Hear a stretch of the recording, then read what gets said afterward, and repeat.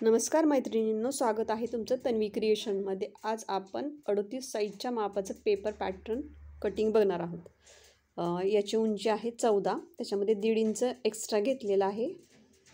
14 अधिक 1.5 15.5 इंचावर मार्किंग करून घेतलेली आहे। शोल्डरचं माप याचं 5.5 घेतलेला आहे। याचा बॅकचा गळा हा डीप आहे, त्यामुळं शोल्डर 5.5, मुंडा 6 घेतलेला आहे आणि अशा पद्धतीनं मार्किंग करून आपल्याला घ्यायचं आहे।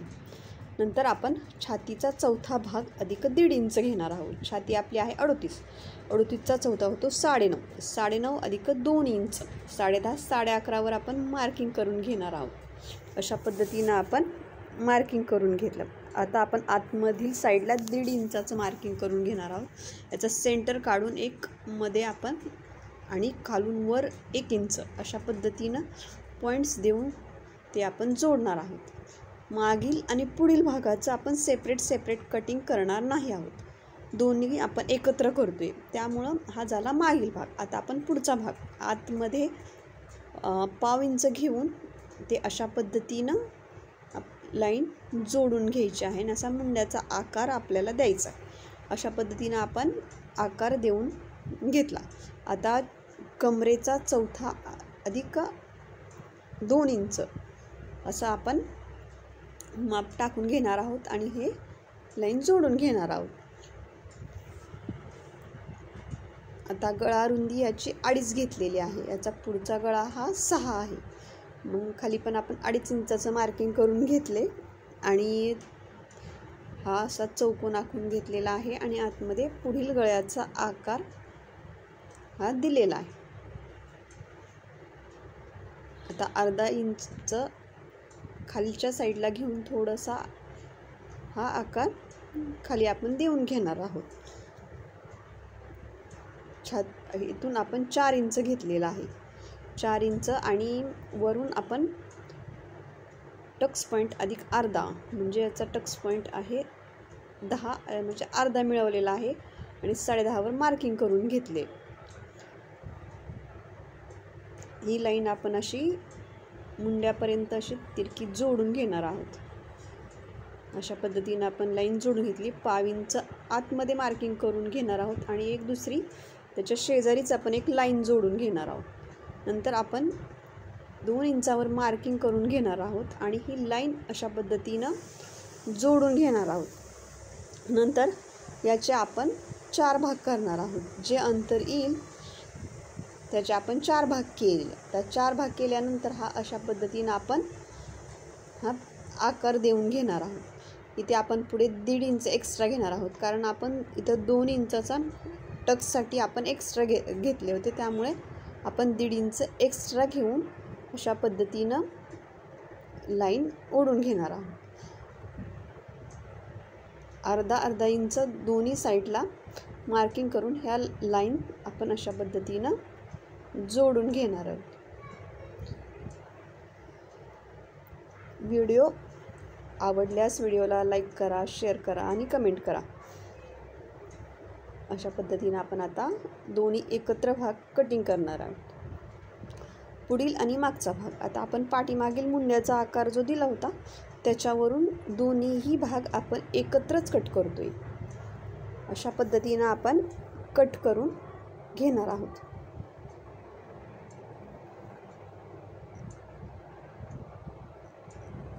पुढील आणि मागील भाग आपल्याला 2 वेगवेगळे मिळतात। हा झाला पुढचा भाग, याच्यामध्ये आपण पुढचा गळा कटिंग करून घेणार आहोत। तसेच आपण कटोरीचा भाग कट करून घेणार आहोत। हा झाला कटोरीचा भाग।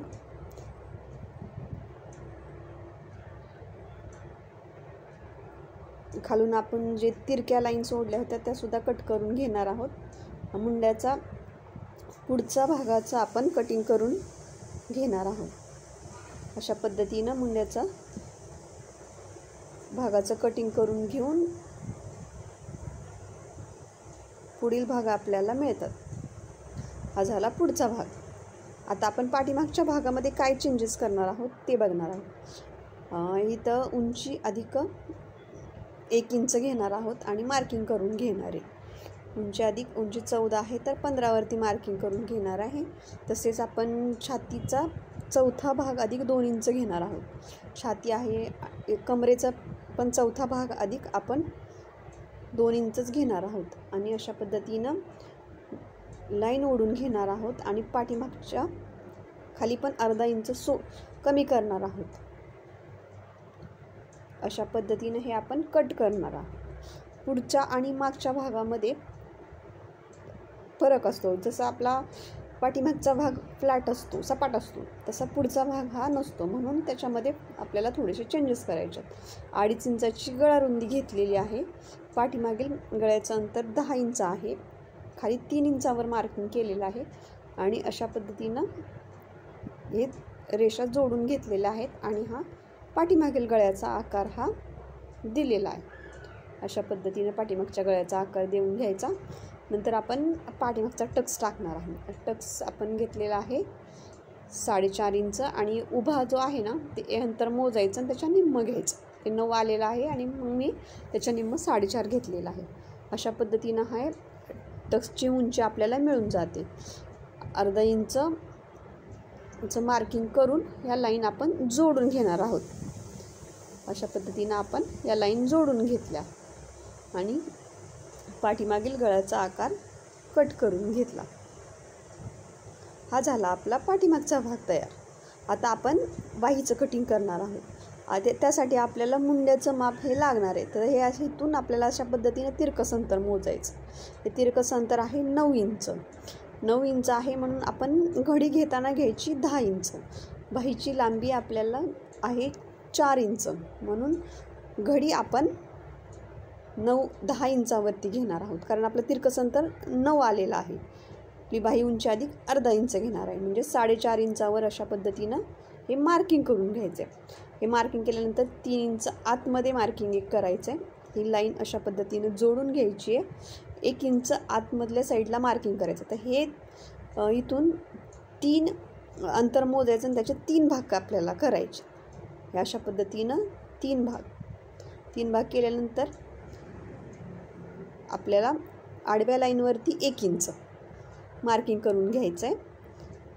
वरती अर्धा इंच आणि खाली अर्धा इंच अशा पद्धतीने जर आपण असे पॉईंट देऊन घेतले तर आकार द्यायलाही सोपं जातं आणि बाही पण आपली व्यवस्थित कट होऊन, जरी तुम्ही सुरुवातीला शिकत असला तरी पण ते व्यवस्थित कटिंग होतं. दंडघेराच्या निम्मे अधिक 1.5 इंचाचं मार्किंग करून घ्यायचं आहे आणि हे अशा पद्धतीनं लाईन जोडून घ्यायची आणि बाही कट करून घ्यायची.